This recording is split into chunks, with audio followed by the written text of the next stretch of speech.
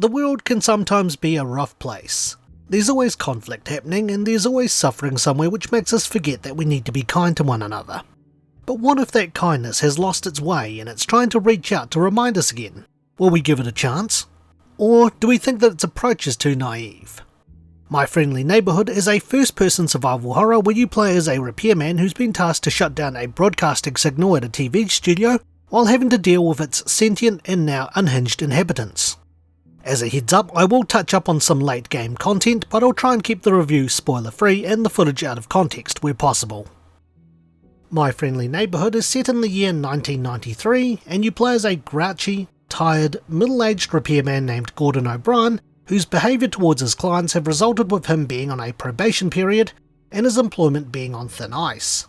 Gordon has been tasked to shut down a broadcast array at an abandoned studio which had mysteriously powered back on again and is interrupting scheduled TV programs with scenes from a show called My Friendly Neighbourhood, a puppet show inspired by The Muppets and Sesame Street, which was popular decades ago before falling into obscurity.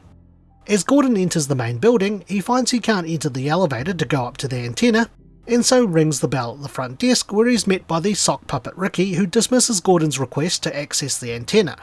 Ricky then throws up a keycard to one of the other buildings and disappears. As Gordon picks up the keycard and leaves the main building, he notices one of the puppets entering another building and using his newly found keycard, follows it in. Gordon will soon find that the puppets around the studio are unhinged and will attack him on sight.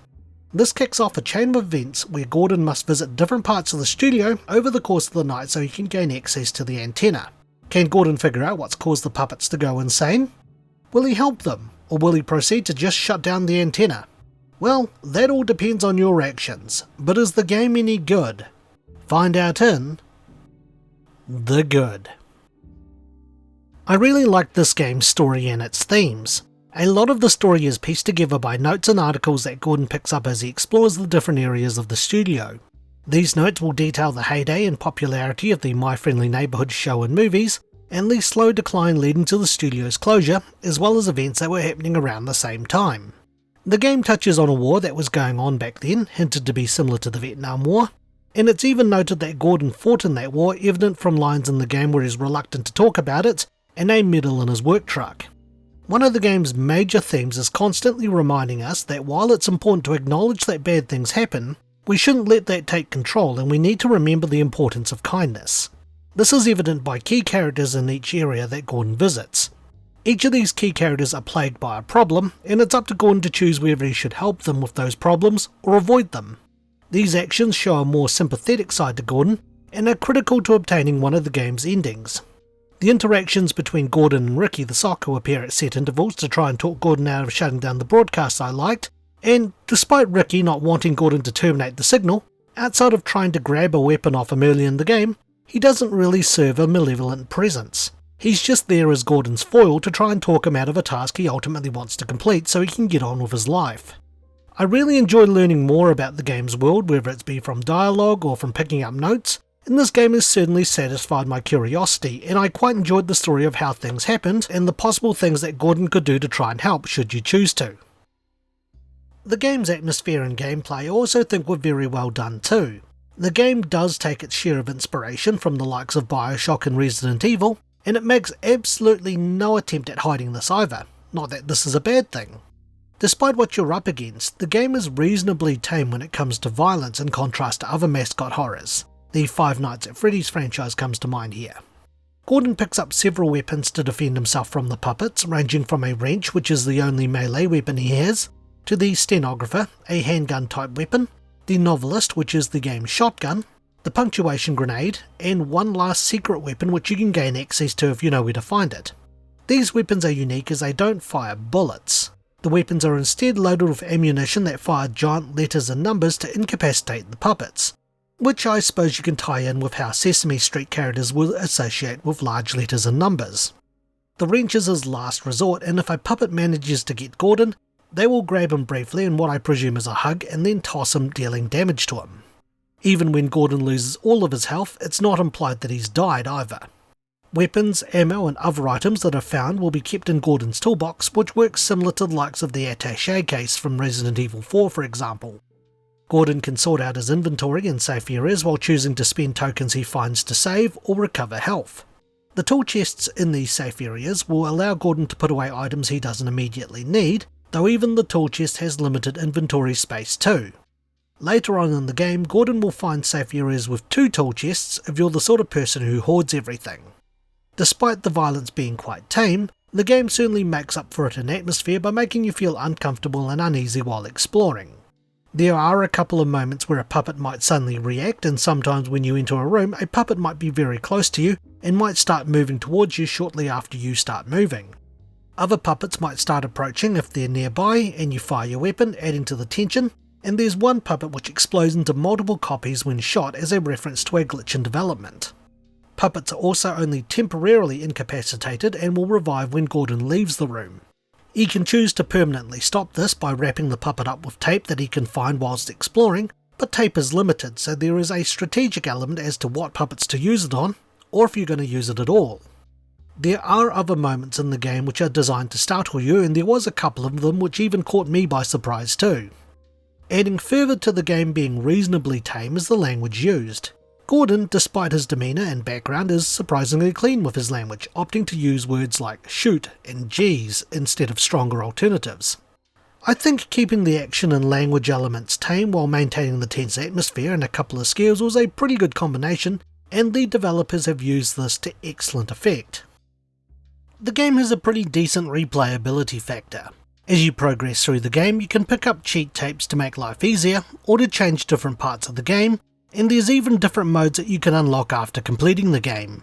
The free camera mode stands out the most, as while you can use this to trivialise or break the game as such, since it doubles as a no-clip mode, a lot of interesting material has been hidden out of bounds which can only be seen or accessed by the free camera.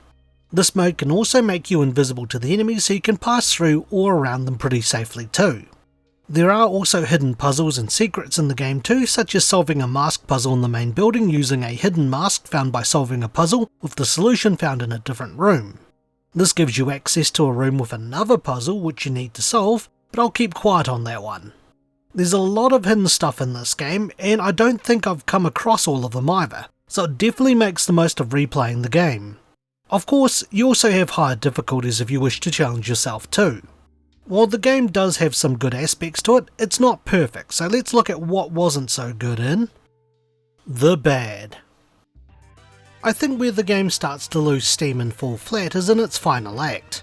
While I don't intend to spoil the contents of this act, and the footage is unrelated to what I'm talking about to further reinforce not spoiling it, I think this particular section near the end should have been a longer section or even have hints of it throughout the story. It felt to me like it was the most tense part of the game, and there was a lot more potential it could have had to add to the survival horror aspect of the game without the need to sacrifice the tamer approach to the violence.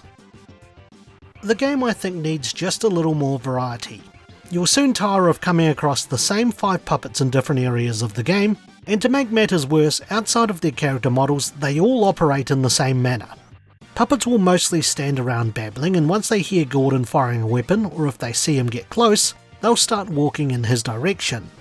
I think having the puppets all act differently and changing up their moveset would be somewhat refreshing, and I would have forgiven the variety issue, since having to adapt to how puppets react and having a different combination of them in rooms to change up how you would approach it would certainly make it more interesting.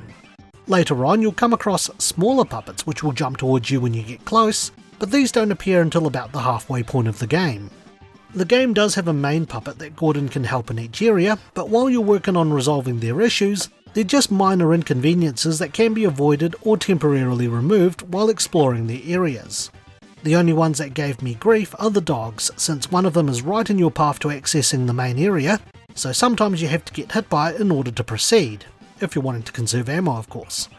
The game does have a couple of boss fights, if you can call them that, and one of them I feel isn't even elaborated on or even hinted on at all, which makes me think that it was just put there for the sake of it.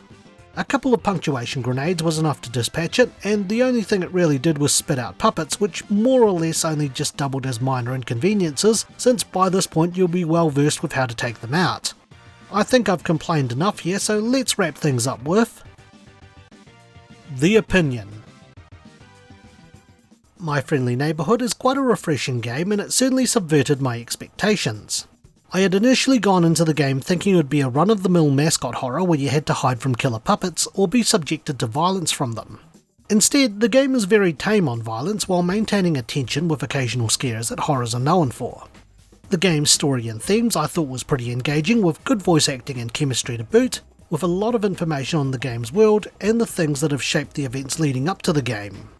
The gameplay is pretty solid, which is to be expected given to what it's inspired by, and lines up with the non-violent nature of a children's show where the puppets aren't outright killed from your actions and are only incapacitated at worst.